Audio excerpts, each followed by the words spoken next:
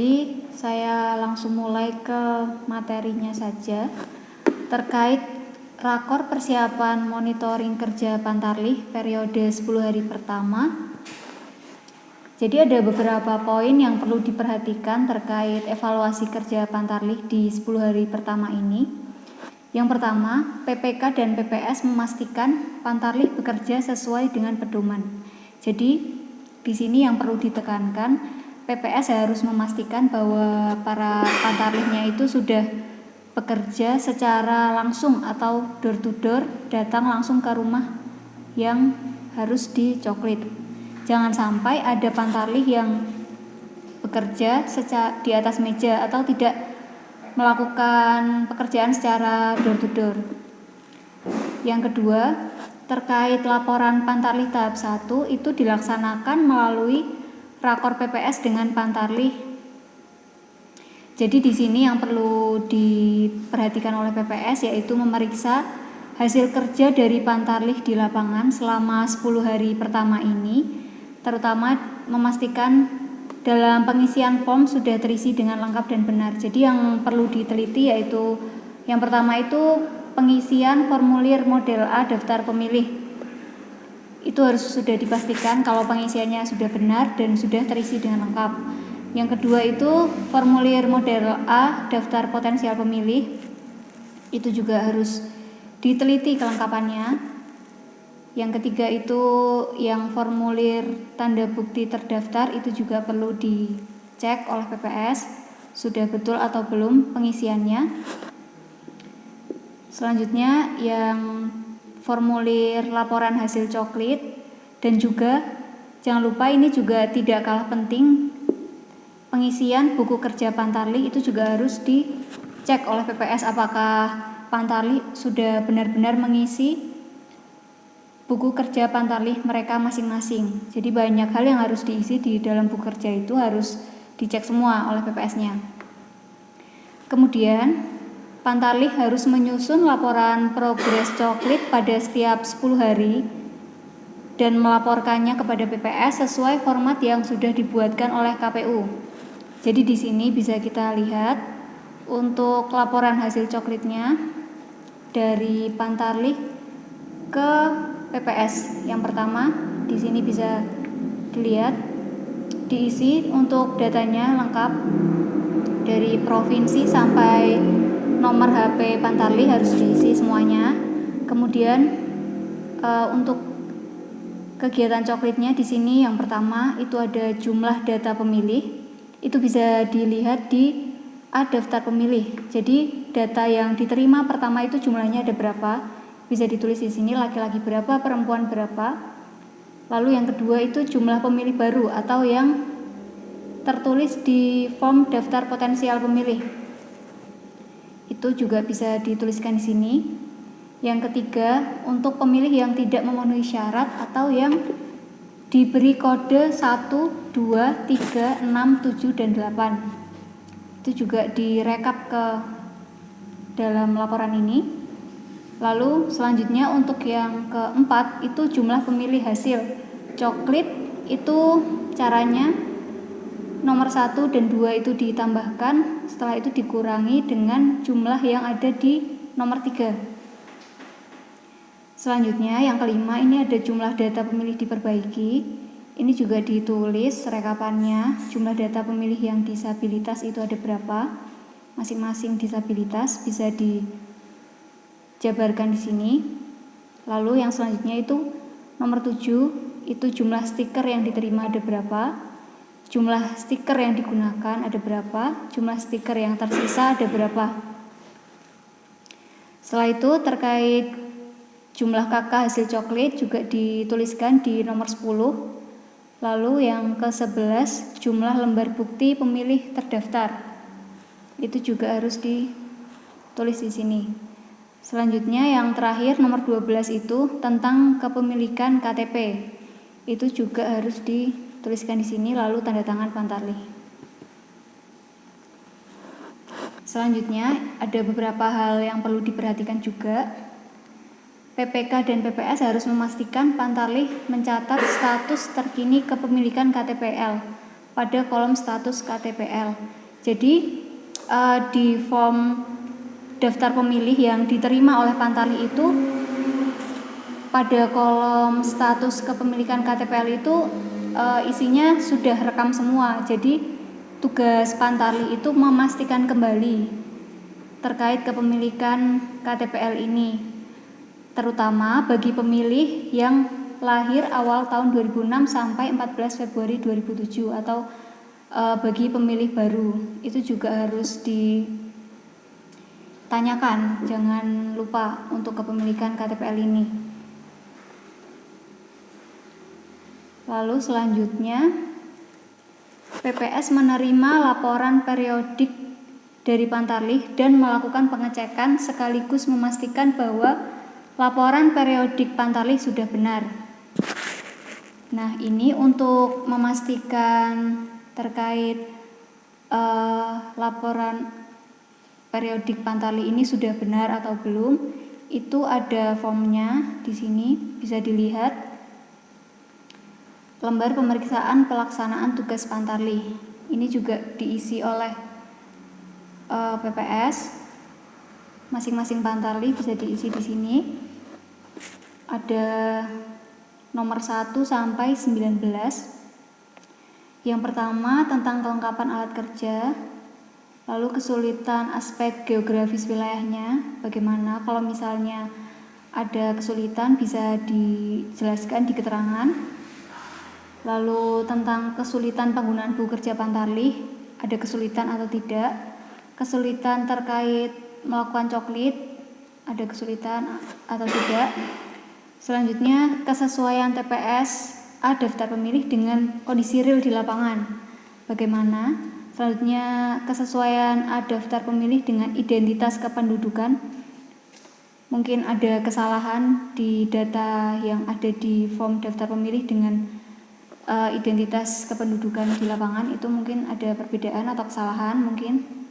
Selanjutnya warga tidak mau didata, misal Pantarlih menemukan warga yang tidak mau didata terkait coklit ini, bisa dilaporkan juga. Lalu terkait waktu yang disediakan dalam tahapan coklit, jadi kalau 10 hari pertama harus mencapai target 40% itu Pantarlih mengalami kesulitan atau tidak, itu juga perlu ditanyakan. Selanjutnya dalam mengisi formulir A daftar pemilih ada kesulitan atau tidak terkait pengisian daftar potensial, tanda bukti terdaftar, penempelan stiker, itu juga harus ditanyakan. Lalu untuk yang pengisian laporan harian coklit itu yang ada di buku kerja Pantarlih itu juga harus dilengkapi apakah Pantarlih mengalami kesulitan atau tidak. Selanjutnya untuk poin 14, menemukan warga tidak memiliki identitas kependudukan. Jadi ini nanti kalau Pantarlih itu ketika melakukan coklit ke lapangan lalu menemukan warga yang tidak memiliki identitas kependudukan sama sekali, itu bisa dicatat peristiwa itu, lalu bisa dilaporkan ke PPK atau nanti kita ada link yang sudah diberikan dari KPU itu untuk memasukkan warga-warga yang tidak memiliki identitas kependudukan sama sekali. Jadi itu sebuah alat bantu yang digunakan, yang disediakan oleh KPU untuk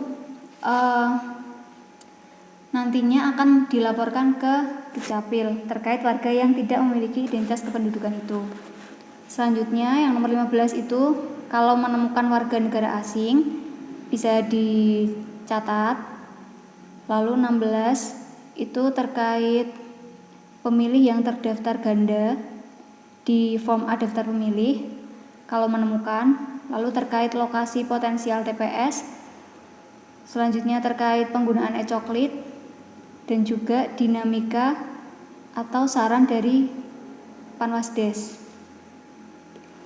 Selanjutnya yang poin ke-6, PPS melakukan rekapitulasi laporan periodik Pantarlih dan melaporkan kepada PPK, yaitu 1 hari setelah Pantarlih menyerahkan kepada PPS. Jadi besok tepat ketika 10 hari kerja Pantarlih, PPS mengumpulkan Pantarlih untuk menerima laporan dari masing-masing Pantarlih. Kemudian PPS selanjutnya merekap.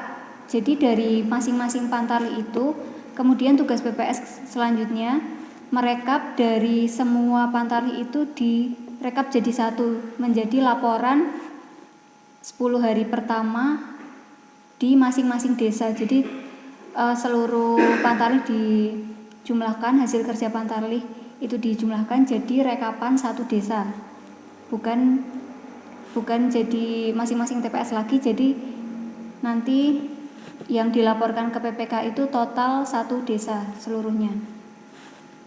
Selanjutnya nomor 7, PPK menerima laporan periodik dari PPS dan melakukan rekapitulasi untuk selanjutnya dilaporkan ke KPU Kabupaten di hari yang sama ketika PPS menyampaikan kepada PPK. Jadi nanti ketika Pantarlih sudah melaporkan 10 hari kerja pertamanya ke PPS lalu merekap dari semua Pantarlih itu, digabung menjadi rekapan satu desa yang dilaporkan ke PPK. Lalu nanti PPK merekap dari semua desa itu menjadi laporan satu kecamatan. Kemudian baru kita laporkan ke KPU Kabupaten.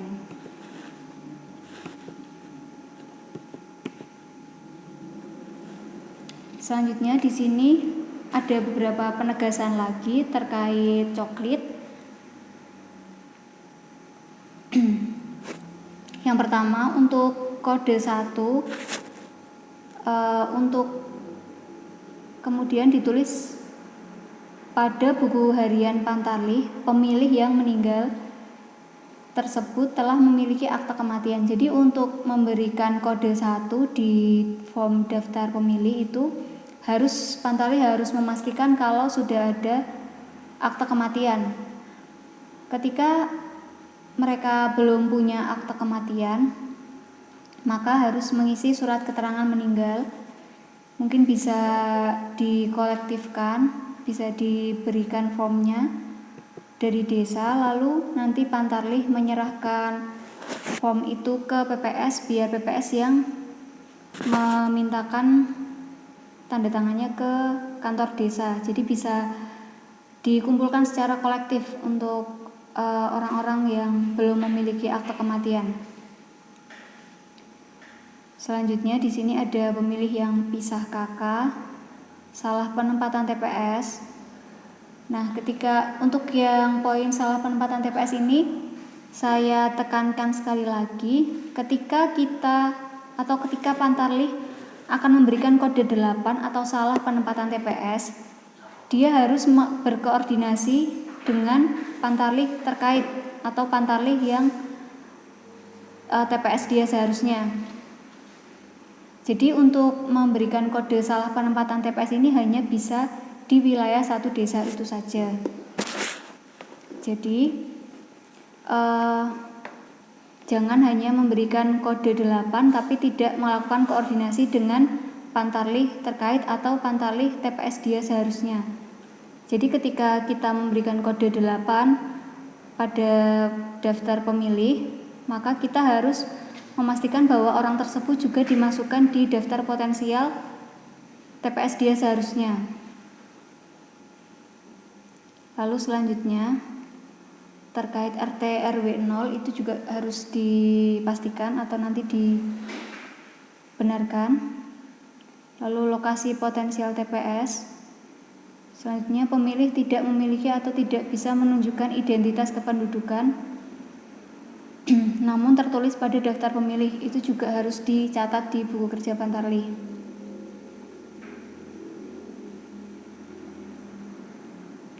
Selanjutnya pemilih tidak memiliki KTPL namun memiliki identitas kependudukan model lama, ditulis pada daftar potensial pemilih. Itu juga jangan lupa dicatat atau bisa difoto untuk dokumennya. Selanjutnya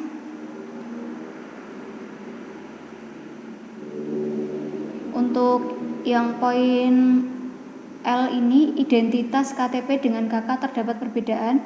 Ini nanti bisa difoto untuk dokumen KTP dan KK-nya. Selanjutnya di sini ada daftar inventarisasi masalah kegiatan coklit.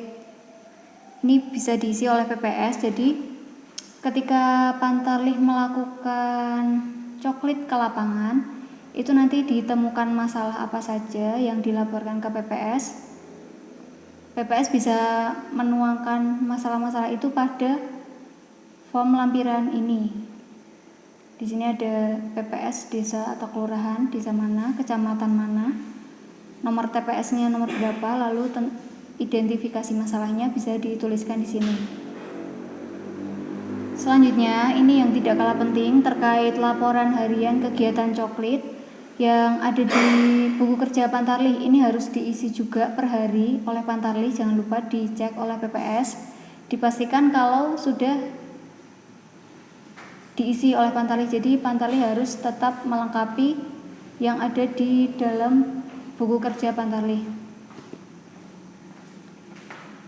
Selanjutnya, tugas PPS selanjutnya di sini ada PPS harus melaporkan lokasi potensial TPS kepada PPK pada saat penyerahan laporan periodik. Jadi besok ketika PPS akan menyetorkan laporan dari hasil kerja Pantarlih 10 hari pertama itu, PPS juga harus melaporkan terkait lokasi potensial TPS nanti ke PPK. Jadi di sini udah ada formnya juga.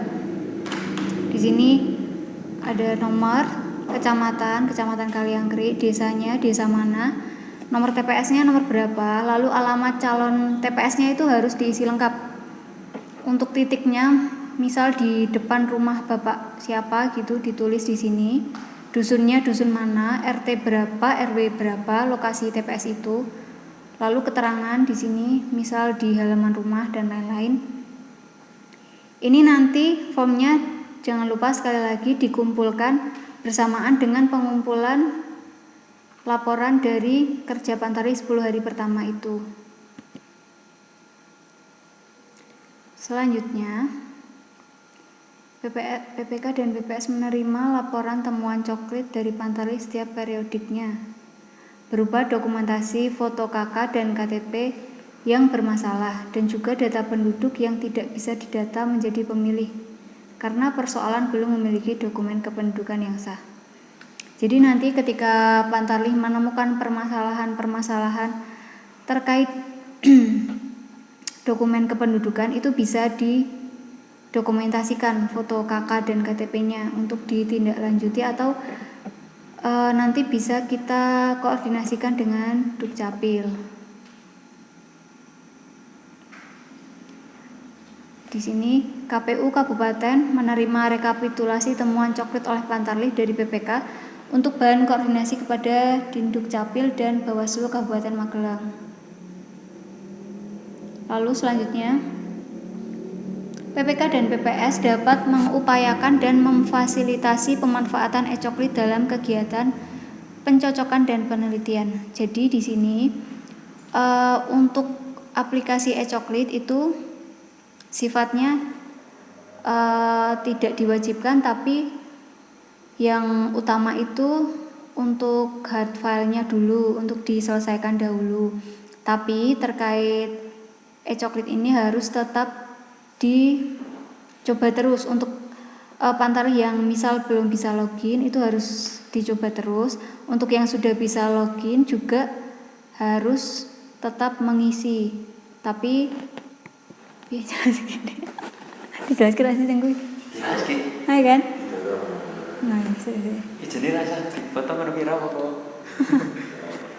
Jadi terkait penggunaan e-coklit untuk sementara ini karena masih selalu ada perbaikan dari KPU RI terkait aplikasi e-coklit. Jadi penggunaan aplikasi e-coklit ini tidak diwajibkan, tapi tetap harus didorong untuk menggunakan e-coklit itu. Jadi untuk Pantarlih yang mungkin masih kesulitan untuk login juga tetap harus dicoba untuk login, atau bisa dikonsultasikan ke PPS, lalu PPS bisa konsultasi ke PPK kalau masih ada kesulitan. Dan untuk yang sudah bisa masuk itu bisa juga sambil ngisi di e-coklit itu. Tapi untuk yang lebih diutamakan itu untuk hard file-nya dahulu.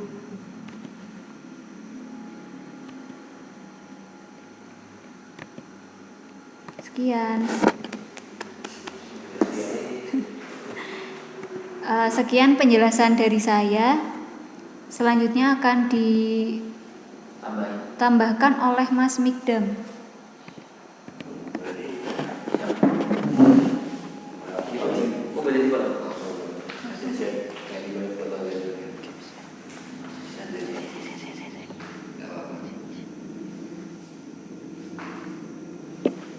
Panggil dipotong sakit.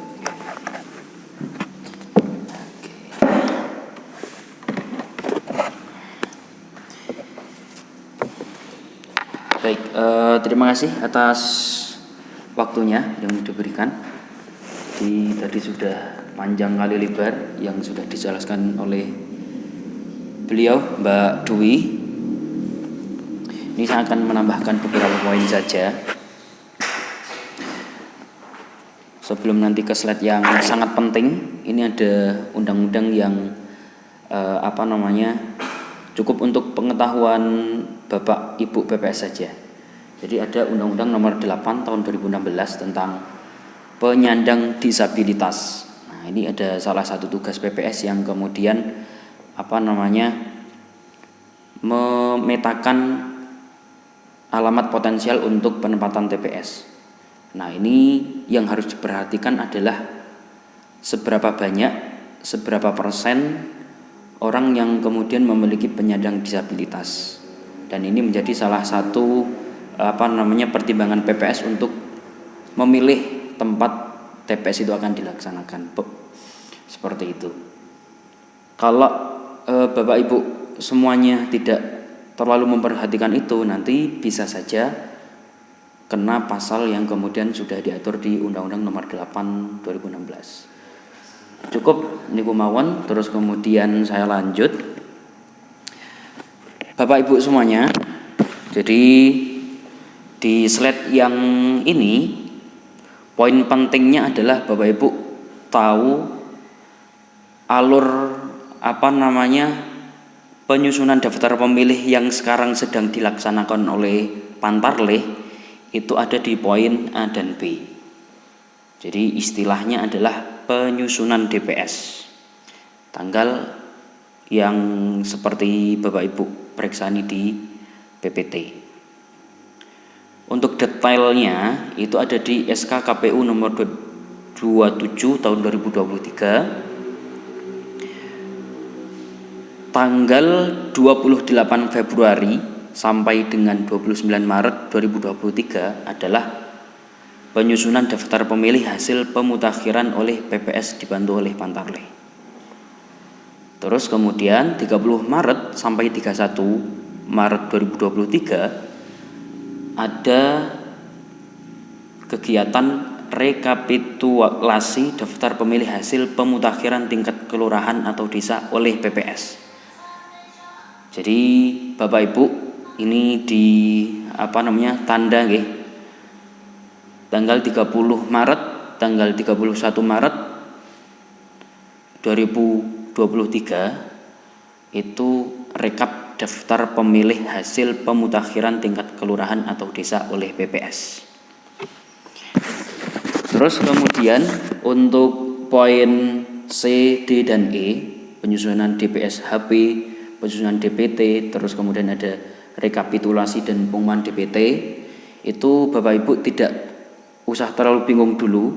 Jadi kita fokus di A dan B, penyusunan DPS. Lanjut.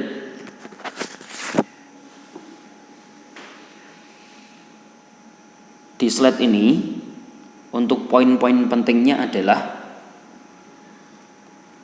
tugas tugas dari PPS. Jadi video ini memang ditujukan untuk kemudian memberi arahan kepada Bapak Ibu PPS untuk mengumpulkan seluruh pantarlih yang kemudian di situ nanti diminta data-data hasil dari pendataan selama 10 hari pertama. Jadi memang sangat kita tekankan untuk Bapak Ibu PPS besok itu sudah mengumpulkan pantarlih beserta mereka membawa semua formulir yang biasanya dibawa keliling seperti itu. Terus kemudian yang kemudian dicek oleh PPS ya semuanya, dari buku kerja, daftar pemilih, daftar potensial, itu semuanya dicek. Kalau di situ terdapat pelaporan dari pantarlih yang mereka tidak bisa mengerjakan, PPS berhak meminta untuk melengkapi data-data. Barangkali mungkin ada pantarlih yang ya mungkin iseng gitu, sudah data ke rumahnya, sudah sowan tapi ternyata di situ belum lengkap di datanya. Nah itu sangat ditekankan untuk PPS mengecek keseluruhannya. Kenapa demikian? Karena di slide selanjutnya, nah di slide yang ini PPK berhak mengecek ke pantarlih langsung jika dari laporan hasil buku kerja PPS itu tidak sesuai atau ada hal-hal yang patut dicurigai. Dalam artian di situ ngisinya ngawur dan seterusnya. Maka dari itu, sebelum nanti Bapak Ibu PPS melaporkan hasil buku kerja PPS ke PPK, sangat diharapkan untuk beres dahulu di tangan Bapak Ibu.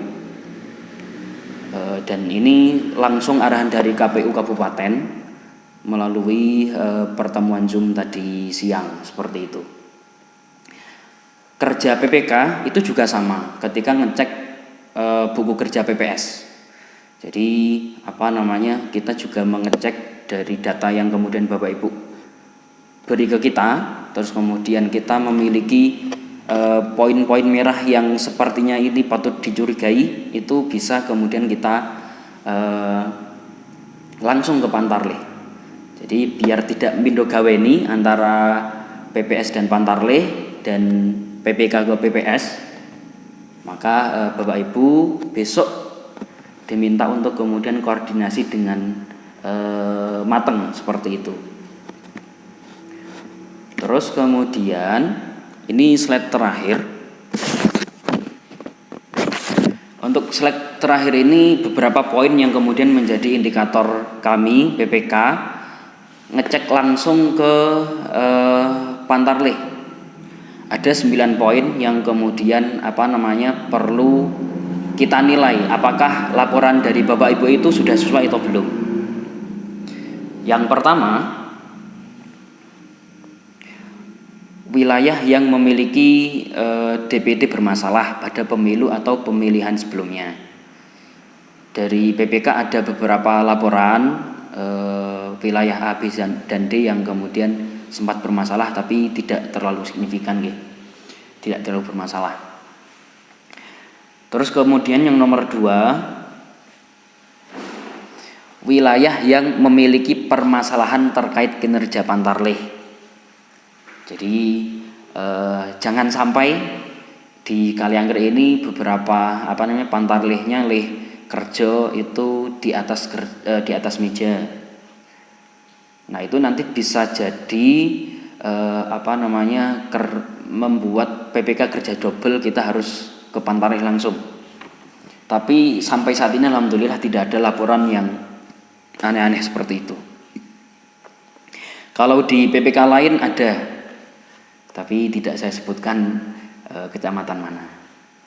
Terus kemudian yang ketiga, wilayah jauh nggak pernah koordinasi dengan PPK itu juga menjadi salah satu indikator kita mencurigai apakah Pantarlihnya benar kerjanya atau tidak.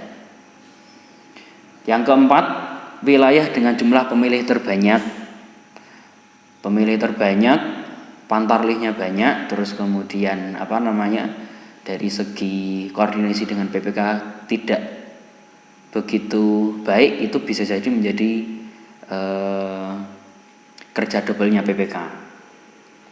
Dan ini masih ada sekitar sampai 9, mungkin Bapak Ibu bisa membaca sendiri terkait poin-poinnya. Pada intinya adalah Bapak Ibu untuk kemudian tenanan mengisi berkaitan dengan laporan kinerja selama 10 hari pertama ini. Jangan sampai nanti kemudian Bapak Ibu kerja double. Gitu. Untuk pertanyaan dan seterusnya insya Allah kita jawab. Dan mungkin ini yang bisa kami sampaikan. Kurang lebihnya mohon maaf. Bila fisabilil haq fastabiqul khairat. Assalamualaikum warahmatullahi wabarakatuh.